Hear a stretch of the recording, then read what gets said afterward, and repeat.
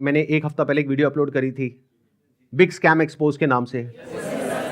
तो आपके हिसाब से इस पूरी लड़ाई में कौन सही है कौन गलत है? नहीं, सिर्फ ये नहीं बोलना है कि आप प्रॉपर लॉजिकली ये बताना है कि अगर मैं सही हूं तो क्यों हूं और अगर मैं गलत हूं तो क्यों हूं। मेरा ये जो ओपिनियन है ना, वो मेरे भाई के भी एक्सपीरियंस पे बेस्ड है, ना कि जस्ट मैं आपका या किसी और का व्यू देख कर आई हूँ। बेसिकली मैंने इसको बहुत करीब से देखा है, क्योंकि जब हम 11th और 12th में थे, अभी मैं यूपीएससी कर रही हूँ यहाँ पर, तो जब हम 11th और 12th में थे तो मेरे भाई को भी ऐसे लोगों ने अप्रोच किया था, मुझे भी कई बार अप्रोच किया था। वहां पे आपने देखा होगा किस तरीके से मोटिवेट किया जाता है, कैसे एक इंसान एक को अलग सा ही इन्वायरमेंट क्रिएट कर दिया जाता है कि आपको समझ में ही नहीं आएगा कि क्या गलत है क्या सही है। वो इतने कॉन्फिडेंट हो गए, स्पेशली एक लड़की थी, मेरी फ्रेंड थी, वो मुझे बोलती थी कि तू चल तू चल। तो हमेशा उसकी स्टेटस पे मुझे यही दिखता था कि कोई BMW के साथ फ़ोटो पोस्ट कर रहा है। Exactly guys, I am not lying. तो कोई मर्सिडीज़ के साथ डाल रहा है। तो भाई ने भी मुझे कल ये बात बताई कि ये सब फेक होता है। अगर प्रोडक्ट बेचना तो आप सिंपली बेच दो ना, कि हाँ साबुन है 10 रुपए का, ले लो। उसके पीछे आप BMW क्यों दिखा रहे हो, जो कि वो पॉसिबल नहीं है। Exactly, that is the truth. कुछ लोगों को ये लग रहा है कि ये लड़ाई मेरे और विवेक बिंद्रा के बीच में है, जबकि ऐसा कभी था ही नहीं। ये कुछ लोग समझ रहे हैं या वो खुद समझ रहे हैं। ये लड़ाई एक्चुअल में सच और झूठ की है। ये लड़ाई एक्चुअल में सही और गलत की है। सर इसमें गलत क्या है वैसे? सर वो कोई तिकड़म लगा के अपना कोई प्रोडक्ट बेच रहा है। सर ऐसे बहुत सारे लोग हैं दुनिया में जो कुछ ना कुछ कर ही रहे हैं, कई सारी टैक्टिक्स लगा रहे हैं। और जैसे एडवर्टीजमेंट में बहुत सारा कुछ होता है, तो सर ये भी इसने भी कोई अपनी टैक्टिक्स निकाली है, तो उसमें सर गलत क्या है अपना प्रोडक्ट बेचने वेरी गुड पॉइंट कि इसमें गलत क्या है। कोई बताना चाहेगा कि इसमें कुछ गलत है या नहीं है या ये सही है? सर बेसिकली इसमें सबसे पहले हमारे लोग 18 to 25 के एज ग्रुप के बच्चों को टारगेट किया जाता है और इसमें उनको सेमिनार तक ले जाया जाता है और उनको ज़बरदस्ती आप अपने कुछ भी बेच रहे हो उन्हें फंसा दिया जाता है। सर अजीब टाइप के वहाँ म्यूजिक वगैरह चल रहे होते सेमिनार में। मैं खुद भी ज्वाइन किया था कंपनी में और वो बोलते थे कि आपको आपकी दाढ़ी आने से पहले आपकी गाड़ी आ जाएगी। आई नहीं सर। सर सबसे पहले मैं ये कहना चाहूँगा, क्योंकि जिस आपने बिग स्कैम वीडियो अपलोड की यूट्यूब पे, उसमें आपने ना नाम किसी का बताया ना कंपनी का नाम लिया। तो अगर मैं जैसे चोरी कर रहा हूँ, आप चोर चोर कह रहे हैं, अगर मैंने वो गलती की है तो ऑब्वियसली मैं चिढ़ूंगा उस बात से। आप अगर नाम लेते तो गलत था, कंपनी का या उनका या किसी स्पेसिफिक पर्सन का, तो गलत होता। आपने नाम तो नहीं लिया, और अगर नाम नहीं लिया है आपने और अगर मैं गलत हूँ तो मैं चिढ़ूंगा। और एक और मजेदार बात बताइए, जब वो वीडियो अपलोड हुई कितनों को समझ आया था मैं किसके बारे में बात कर रहा हूं? बहुत कम लोगों को। अगर वो कुछ नहीं करते, चुपचाप बैठे रहते, तो 2 दिन में सब भूल भाल जाता सब खत्म हो जाता। मतलब एक टीचर है जो क्लास में सामने खड़े होकर के बोल रही है तुम में से किसी एक ने चोरी करी है, और एक बच्चा खड़ा होकर के बोलता है मैंने चोरी नहीं करी है, मैंने चोरी नहीं करी। अरे नहीं करी तो बैठा रहे ना चुपचाप। सर इस पर मैं अपने थॉट शेयर करना चाहूँगा। सबसे पहले तो कोई कोर्स बेचना या प्रोडक्ट बेचना कोई गलत नहीं है, लेकिन प्रोडक्ट का अगर आप 50,000 का बेच रहे हो तो उसकी औकात भी होनी चाहिए उतनी। उनके प्रोडक्ट की औकात है 100 रुपये की, लेकिन बेच रहे हैं 50,000 में। सर एक पॉइंट और मैं शेयर करना चाहूँगा। प्लीज बोलिए। लाइक किसी को पसंद नहीं आया और आप उससे कह रहे हो कि आप दूसरों को सेल करो, तो वो उससे ही बड़ा स्कैम है।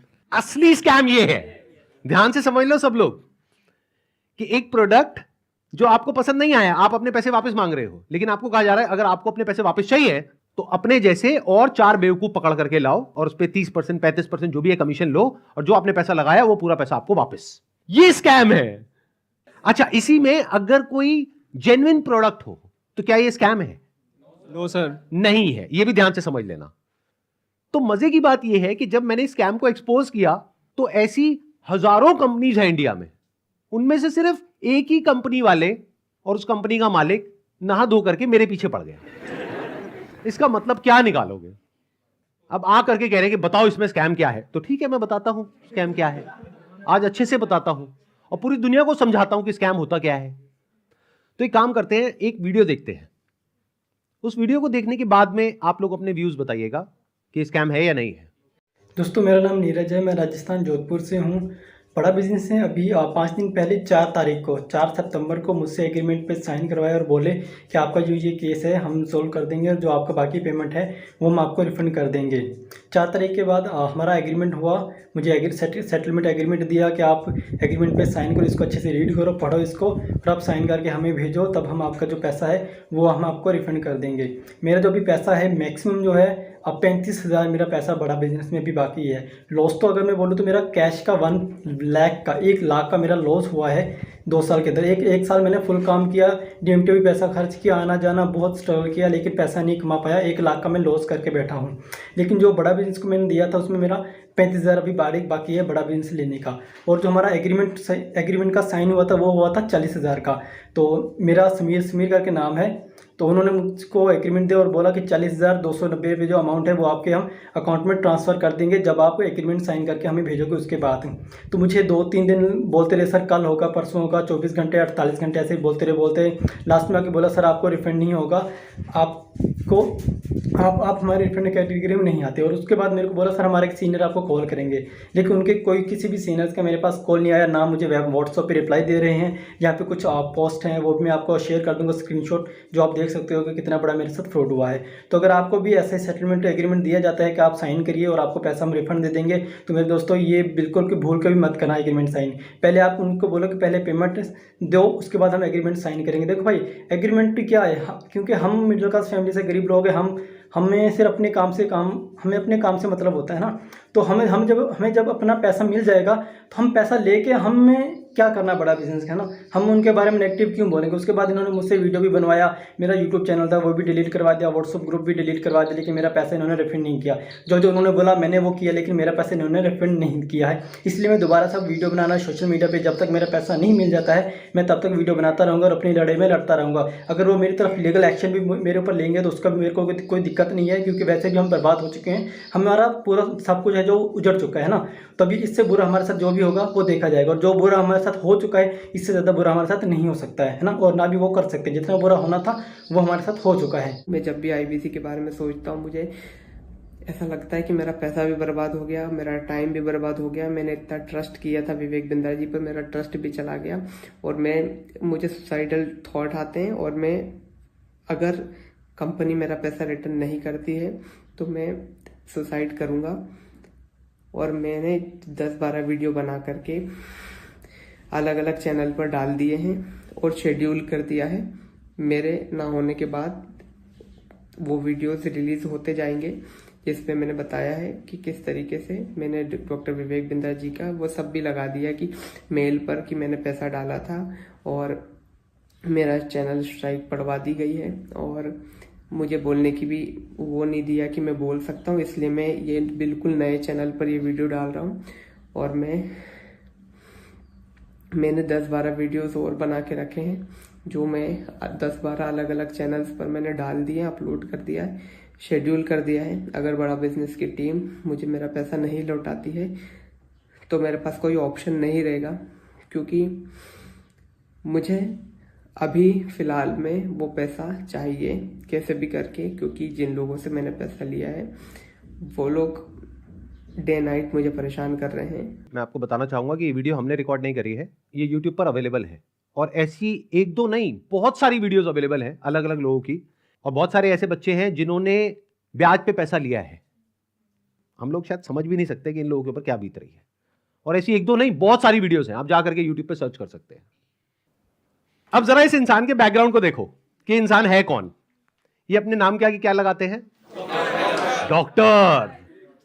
जब यहां पर ये आए थे तो मुझे लगा था डॉक्टर है, लेकिन बाद में जब मैंने रिसर्च करी अभी पिछले 1 हफ्ते में ये सब जो हुआ है, तो मुझे पता लगा इन्होंने कोई MBBS नहीं किया है, इंडिया की किसी भी यूनिवर्सिटी से या US से UK से कहीं से कुछ नहीं किया है। कहां से डिग्री मिली है, कैसे मिली है, वो अगर आप थोड़ा सा रिसर्च करोगे तो आपको समझ आ जाएगा। पाकिस्तान से। किसने बोला पाकिस्तान से? देखो मैं आपको हिंट देता हूं, पाकिस्तान इंडिया का नेबर है, ऐसे ही इंडिया का एक नेबर है बांग्लादेश, श्रीलंका। अभी काम करते हैं, अब लीगली बात करते हैं कि स्कैम है या नहीं है। कि मतलब हमारी कंट्री का जो लॉ है वो क्या बोलता है, उसको स्टडी करते हैं। उसके लिए मेरे पास में कुछ डॉक्यूमेंट्स हैं, इसका मैं लिंक दे दूंगा अपने वीडियो के डिस्क्रिप्शन में नीचे, तो आप क्लिक करके डायरेक्टली जा करके गवर्नमेंट की जो वेबसाइट्स हैं वहां पे जा करके देख सकते हैं, पढ़ सकते हैं। ये मैं नहीं कह रहा हूं, हमारी कंट्री की गवर्नमेंट कह रही है, ये उनके नोटिफिकेशंस हैं। सबसे पहले ये समझो कि जो स्कैम्स है ना इस तरह के, ये आज से नहीं चल रहे हैं, ये पिछले 100 साल से चल रहे हैं। तो इसके लिए 1978 में एक एक्ट बना था जिसको बोलते हैं prize chit and money circulation act, जहां पर के इस तरह की जो मनी सर्कुलेशन स्कीम्स होती हैं या पिरामिड स्कीम्स होती हैं उन सबको बैन कर दिया गया था। मतलब क्या कि अगर आप एक कंपनी खोलते हो और किसी से पैसा लेते हो, फॉर एग्जांपल मैंने एक कंपनी खोली, वहां पे मैंने आपसे 1 लाख रुपए लिया और आपको बोला कि आप आगे किसी को ज्वाइन करा दो, तो जब आपने किसी को आगे ज्वाइन कराया, अपने फ्रेंड को, रिलेटिव को, किसी को भी और कैसे भी, तो उसमें आपको कितना मिला? 30,000। 70,000 किसको मिला? कंपनी को। तो ये स्कीम इस तरीके से आगे बढ़ती रहती है, यानी वो जो पैसा आ रहा है वही पैसा पब्लिक से लेकर के पब्लिक में ही रोटेट कर दिया जाता है। और एक ऐसा पॉइंट आता है जब जा करके पूरा का पूरा जो पिरामिड है ये कोलैप्स कर जाता है। तो यहां पर जो लोग टॉप पे बैठे होते हैं वो तो पैसा कमा लेते हैं, बट जो बॉटम ऑफ द पिरामिड है उन सबका पैसा डूब जाता है। और फिर या तो ये कंपनीज बंद हो जाती हैं या भाग जाती हैं पैसा लेकर के। पास्ट में ऐसा बहुत कंपनीज ने किया है, उसमें से बहुत सारी कंपनीज के जो ओनर्स हैं वो आज जेल में हैं। तो ये एक प्रॉपर स्कैम है जिसको गवर्नमेंट ने बैन किया हुआ है। फिर सवाल उठता है कि जब ये बैन है तो लोग कैसे कर रहे हैं? देखो, ध्यान से सुनो, ध्यान से समझो।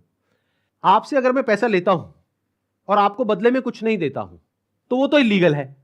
लेकिन मान लो मैंने आपसे पैसा लिया 50,000 रुपए, बदले में आपको एक 50 रुपए का प्रोडक्ट दे दिया, तो क्या वो लीगल है? इलीगल है?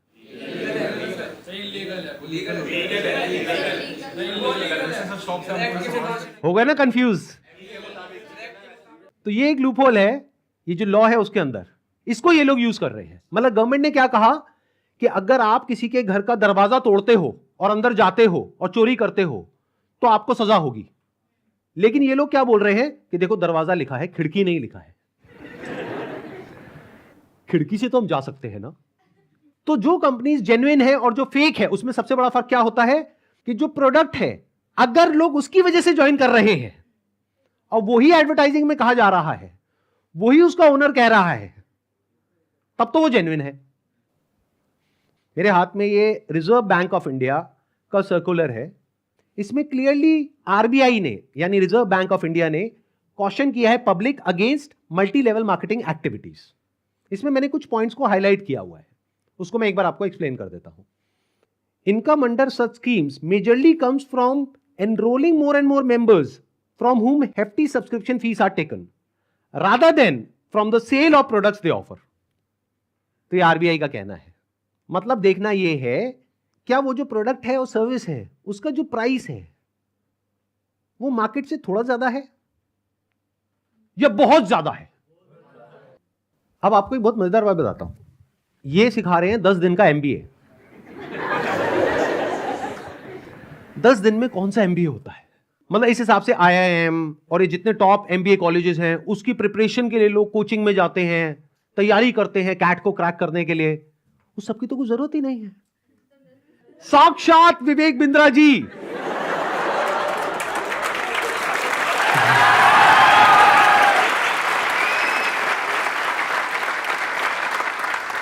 आपके सामने 10 दिन तक रोज प्रकट होंगे और आ करके आपको 10 दिन में एमबीए करा देंगे।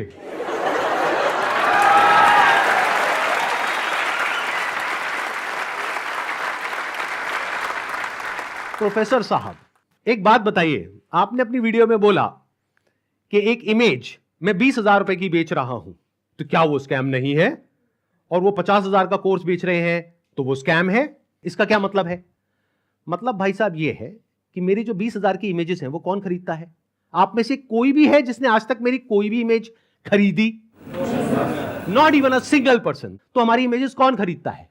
जो बड़ी बड़ी कंपनीज हैं, बड़े बड़े ब्रांड्स हैं, जिनकी टर्नओवर हजारों करोड़ रुपए की है, वो 20,000 रुपए की इमेज खरीदते हैं। क्यों खरीदते हैं? क्योंकि अगर वो इमेजेस हमसे नहीं खरीदेंगे और खुद शूट करेंगे तो उनका खर्चा आएगा 5 से 10 लाख रुपए, और वो इमेज कितने में मिल गई? 20,000 रुपए में। हमने जब वो शूट किया तो हमने 10 लाख रुपए लगाया, तब जाकर के 20,000 में एक इमेज बेची। तो इसमें किसका फायदा है? उस कंपनी का भी फायदा है और हमारा भी फायदा है। इसको बिजनेस बोलते हैं।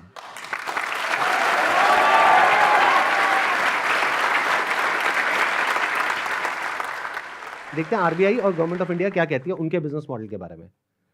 The Reserve Bank has also said that acceptance of money under money circulation, multi-level marketing, pyramid structures is a cognizable offense under the Price Cheat and Money Circulation Banning Act 1978.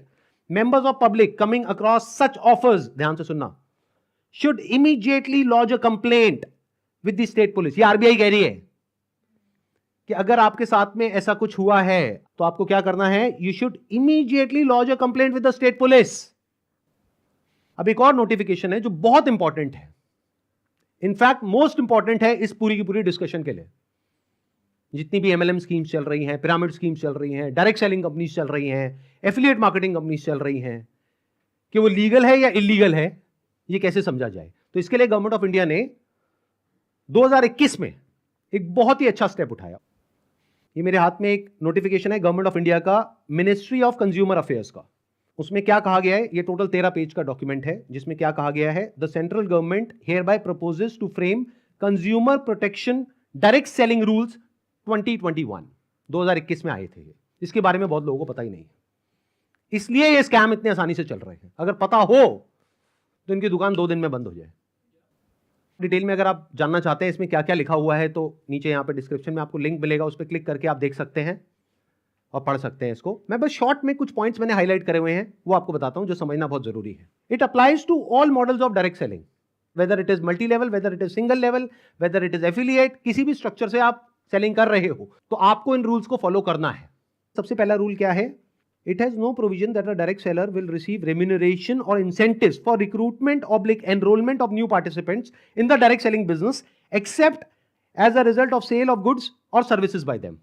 मैं इसको थोड़ा सरल भाषा में translate करके बताता हूं। इसमें कहा जा रहा है, आप अगर एक डायरेक्ट सेलिंग कंपनी हो तो आपकी कंपनी में जो डायरेक्ट सेलर्स हैं उनको जो पैसा मिल रहा है या इंसेंटिव मिल रहा है या कमीशन मिल रहा है, वो नए मेंबर्स को एनरोल करने पर नहीं मिलना चाहिए, बल्कि वो मिलना चाहिए फॉर सेल ऑफ गुड्स और सर्विसेज बाय देम। वो जो कंपनी गुड्स और सर्विसेज दे रही है उसकी वैल्यू क्या है? अब ये कौन डिसाइड करेगा? जिन्होंने वो परचेज किया। अगर तो उन्होंने 50,000 का कोर्स परचेज किया इनकी कंपनी से और वो सब सेटिस्फाइड है तो कोई प्रॉब्लम ही नहीं है। बट अगर उसमें से 99% लोग सेटिस्फाइड नहीं और अपना पैसा वापस मांग रहे हैं और ये पैसा वापस नहीं कर रहे हैं तो ये स्कैम है ना। बिंद्रा जी आपने पूछा था ना क्यों है ये स्कैम, तो बता रहा हूं आपको। इसमें कहा गया है, इट अलाउज और provides for a buy back or repurchase policy for currently marketable goods which are not unpacked or services sold to the participant at the request of the participant at reasonable commercial terms। मतलब कि कोई buyback का option होना चाहिए। किसी company ने आपको 50,000 रुपए के कुछ प्रोडक्ट्स या सर्विसेज दे दी, अब आप कहते हो मेरे किसी काम की नहीं है, तो अब आप उसका क्या करोगे? उस कंपनी को एक बायबैक पॉलिसी देनी पड़ेगी। अब देखना, ध्यान से सुनना, ध्यान से समझना। बायबैक आप किस चीज पर दे सकते हो? जिसकी कोई मार्केट वैल्यू हो। मतलब कि गवर्नमेंट क्या कह रही है यहां पर कि आप कोई ऐसा प्रोडक्ट बेचो डायरेक्ट सेलिंग में जिसकी कोई मार्केट वैल्यू हो, क्योंकि अगर 3 महीने बाद वो इंसान आकर के कहता है कि ये लो आपके प्रोडक्ट्स वापस, तो उस कंपनी को पता है कि ये प्रोडक्ट्स पैक्ड हैं, तो ये प्रोडक्ट्स हम किसी और को दे देंगे, तो ना कंपनी का नुकसान हुआ ना कस्टमर का नुकसान हुआ। बट अगर कुछ आपने ऐसा बेच दिया है जिसकी कोई मार्केट वैल्यू नहीं है, फॉर एग्जाम्पल आपने कोर्स खरीदा इनसे, अगर आप जा करके किसी को बोलते हो कि कोर्स मैंने 50,000 का लिया है, आपको 5,000 का देती हूं, ले लो, कोई लेगा? 500 रुपए का लेगा? तो इसकी मार्केट वैल्यू क्या है? Zero. It is a clear violation of this act. इसलिए ये स्कैम है Bindra ji.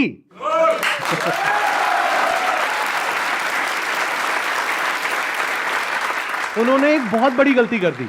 It was never meant to be Sandeep Maheshwari versus Vivek Bindra. It was just an awareness video. जबरदस्ती आकर के बीच में छलांग मारी है उन्होंने, जबरदस्ती। मेरा मकसद सिर्फ किसी एक पर्सन को टारगेट करना नहीं है, बल्कि सबको अवेयर करवाना है कि देखो दुनिया में ऐसा कुछ हो रहा है, तो बच करके रहो।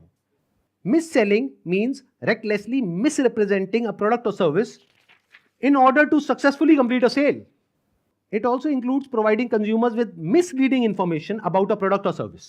This can involve omitting key information, मतलब key information आप उनसे छुपा रहे हो about a product, or providing information that makes the product appear to be something it is not.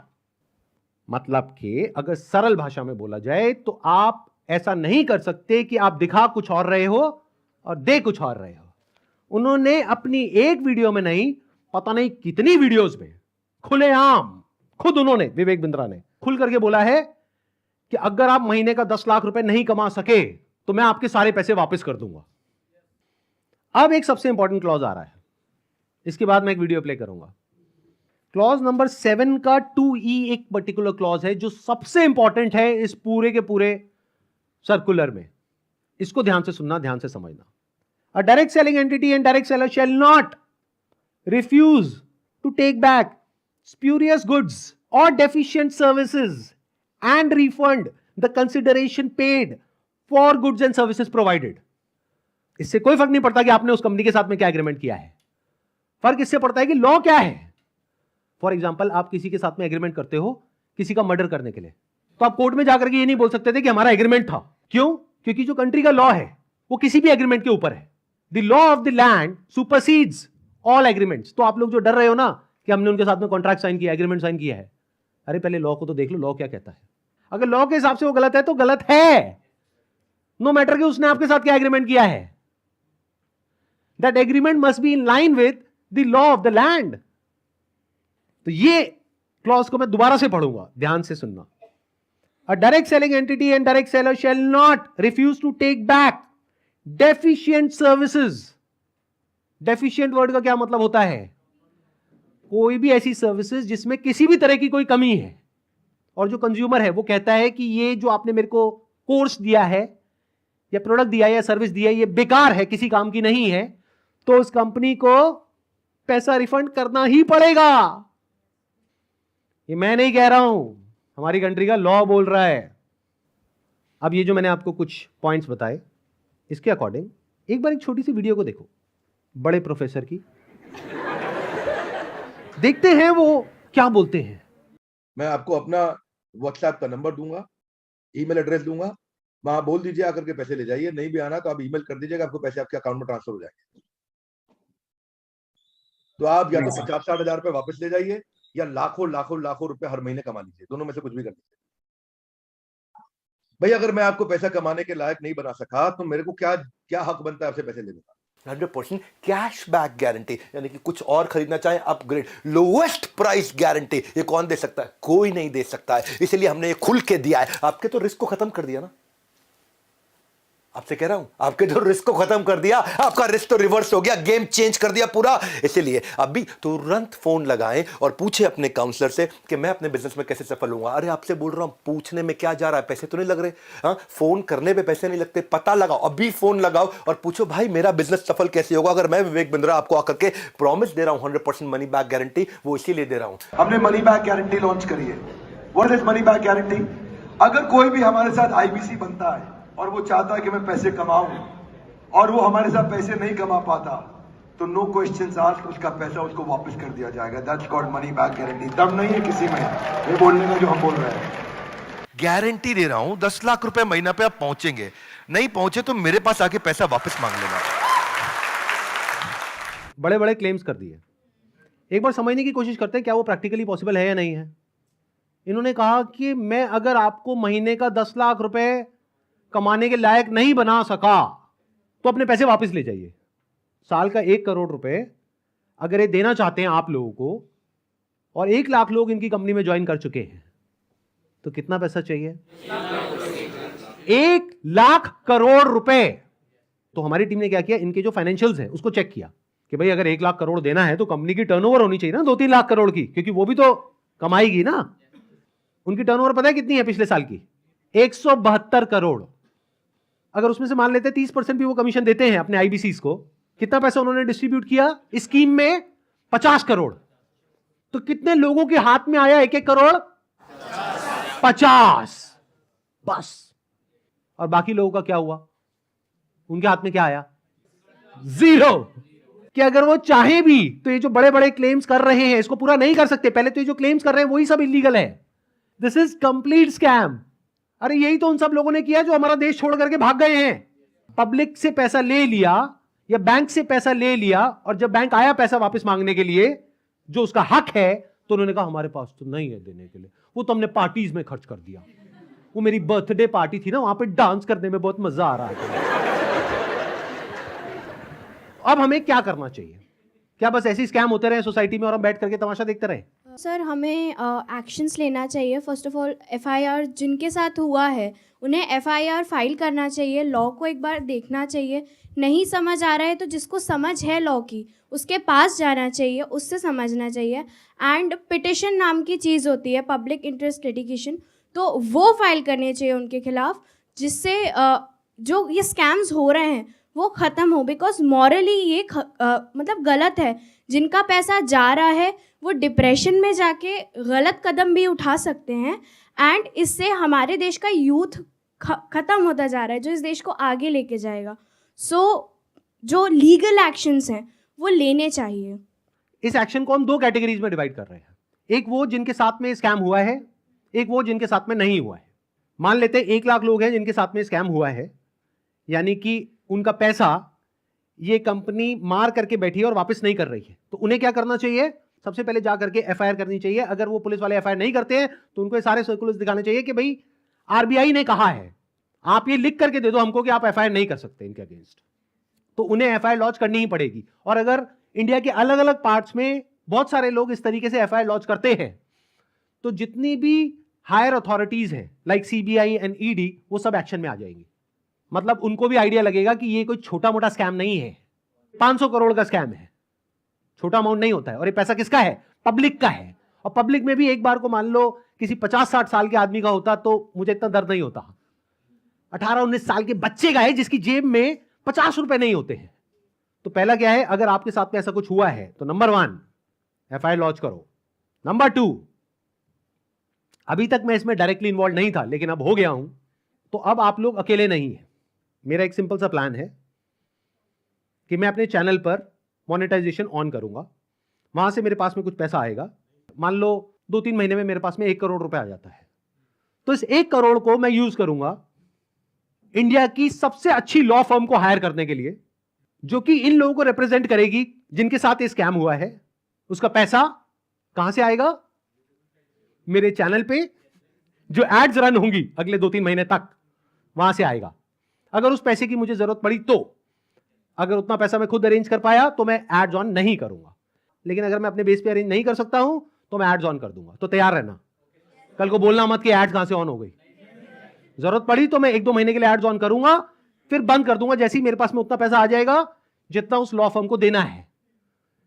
फिर वापस से अगर मेरे पास में पैसा खत्म हो गया उनको देने के लिए 6 महीने बाद, फिर से एड्स ऑन कर देंगे। अपने घर की खेती है, क्या दिक्कत है?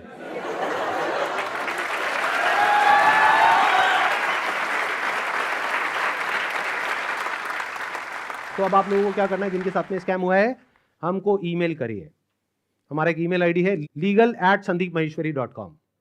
और आप लोग क्या कर सकते हैं जिनके साथ में स्कैम हुआ है, आरबीआई का हम एक लिंक यहां पर नीचे डिस्क्रिप्शन में पोस्ट करेंगे। एक तो इन सर्कुलर्स का, प्लस आरबीआई के जितने भी ऑफिसेज हैं अलग अलग स्टेट्स में, वहां पर जो उनके रिप्रेजेंटेटिव्स हैं उनका। तो आप क्या कर सकते हैं जिनके साथ में ऐसा कुछ हुआ है, एक लेटर लिखिए छोटा सा, उसमें जो भी मन में है इंग्लिश में हिंदी में लिख दीजिए कि आपके साथ में ये हुआ, ये हुआ, ये हुआ, ये हुआ, और आपको अपना पैसा वापस चाहिए, लेकिन वो पैसा वापस नहीं कर रहे हैं। और साथ में सारे जो प्रूफ्स हैं, जो भी आपने पेमेंट करी, जो भी आपका रजिस्ट्रेशन नंबर है, वो सब अटैच करिए। इसको पोस्ट करिए, एक आरबीआई में और एक मिनिस्ट्री ऑफ कंज्यूमर अफेयर्स में। अगर ये करते हैं तो क्या होगा?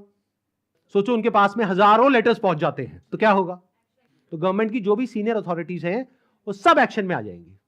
अगर आपको बहुत ज्यादा डर लगता है कि पता नहीं क्या हो जाएगा, क्योंकि ये आदमी है तो थोड़ा अजीब। अभी जो कल वीडियो में आया है ये, इसने आकर के एक बार नहीं बार बार मुझे धमकियां दी है, 1 हफ्ते में देखो मैं तुम्हारे साथ क्या करता हूं। भाई तू क्या करेगा? कर ले, अभी कर ले। मैं नहीं डरता भाई, दिखता नहीं है मेरी आंखों के अंदर। मेरे को मत डराने की कोशिश कर बार बार, तू अपनी आंखें दिखा कर।